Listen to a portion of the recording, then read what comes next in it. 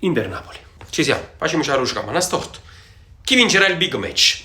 Pare che sono cassato a NASA Gerry Scotti. Chi vuole essere milionario? La domanda da €1.000.000. I che ne sacci? Ci volesse rispondere. Sapete come mi sento, mo? Come l'ultimo giorno di scuola prima dell'esame di terza media. Tradotto, sto chi ignoranzi, voglio. Ma pare un Napoli di domenica contro l'Atalanta. Si è allenata. Pare che non sapevi qualche pallone. A proposito di Atalanta, la dea è da urlo.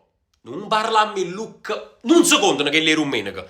Può lottare per lo scudetto? Voglio, io sono sincero, vista la classifica, secondo me sì, però fatemi sapere anche la vostra qui sotto nei commenti, sono curioso. Cioè, voglio, 6 squadre raccolte in 4 punti non si è mai visto. Tutorial su come prendere sonno in vista di domani sera. Qua non serve una camomilla, ma solo i sonniferi possono fare effetto. Per sentirmi un pochino meglio mi sono andato a vedere gli highlights delle vittorie del Napoli su bwin.tv. Non prenderò sonno, ma almeno non ve che mostro.